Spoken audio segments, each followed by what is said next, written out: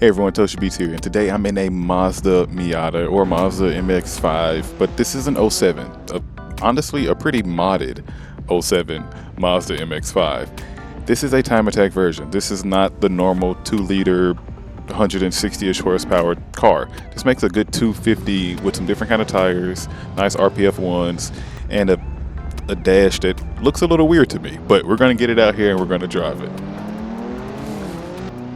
Yep, as you can tell, this thing is boosted. Oh wow. A very responsive turbo. This thing gets up to 50, no problem. Okay. Steering is really light. Really light. Okay, I'm not used to driving Miatas too much. I think I've driven like, well, the two other Miatas that are on here. So, I can't just go around saying, oh yeah, I drive modded Miatas all the time. And the only thing I can tell you about this one is that it is fast, the suspension is very hard, and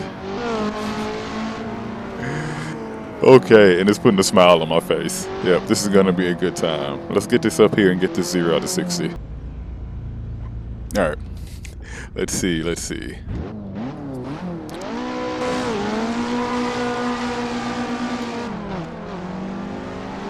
Oh yeah, 69 in seconds, so that's great. 104th. Testing these brakes. Oh, you're definitely hopping along. Okay, so the brakes work. Not the best, but they work. We'll definitely upgrade them. But for the most part, doing the regular kind of driving, not just going completely top speed, they feel great. All right, get us one more.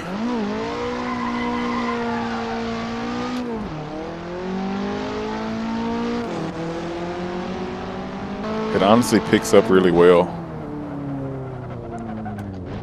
It's not just screaming with a bunch of horsepower, but no, it picks up good enough for what it is, especially if you're going to be taking this around the track. You got you a nice lightweight car that gets a little sideways, I see. Okay. Very controllable. Yeah, this is a good little lightweight roadster. Very nimble. I honestly always wonder if somebody looking out, well, from the outside looking in, especially for the Miata people, I always see a lot of hate for this car, and I wonder why. I always thought all Miatas are good, but sometimes I'll see somebody talking about either the weight of the car or the power the car makes. I don't know.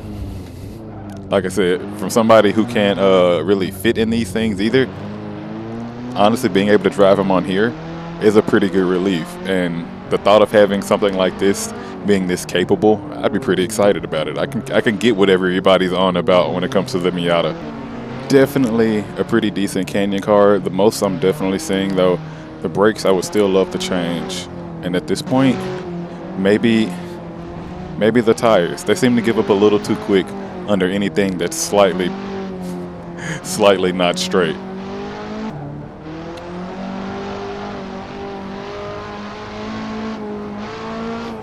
Yeah, for me to be going and then literally traction just gives out while I'm already mid-boost.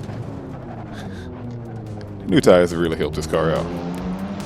But for a peppy little, slightly more spirited car to drive around like this, yeah, this is really cool. So, I'm gonna go ahead, head over to a little track and just see how this thing does on time. Let's see what this little '07 MX-5 can do on the track and see if these tires are any better. Oh gosh, no. They are not. All right, let's try to get some heat in them at least to see if they'll help me get around. Traction control is on to try to reel some things in. Yeah, I'm honestly just trying to see what kind of time this is gonna run then. Because I should have ran the Honda here, but I will next time. Oh my gosh. Yeah, on the higher end, 115, things start to get a little dicey. You can definitely tell the aero is needed in the front, or more. Because boy, it just starts to feel like it just wants to hop all around up there. But at points like right now, going in these turns. Feels pretty good. Especially when you can keep boost at that right point just before it kicks on too hard to want to kind of throw the car out. Yeah.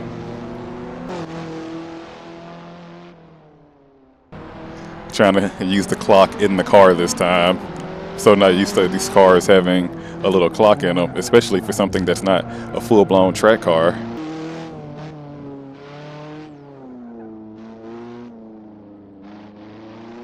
I could definitely see traction saving me from that turbo, which is pretty good. It's allowing me to go around here and get a pretty somewhat decent feeling lap.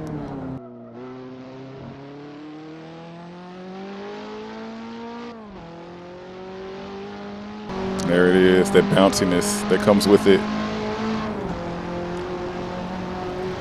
Yeah, you start to hear the rattling in the chassis too. But the car still wants to go, so I'll give it that.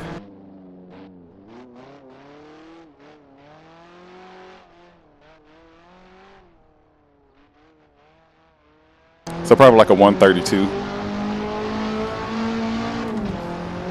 Yeah, 132. Okay, so that's not too bad. Like 4 seconds off from the other cars I've driven on here. Not mad about it. It puts up a pretty decent fight. I'm gonna give it one more good lap, see what it is at the end, and I'll wrap this up.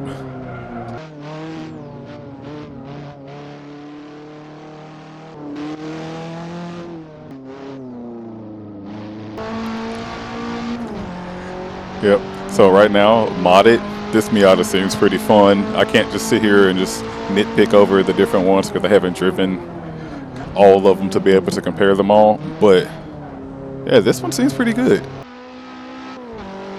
Okay.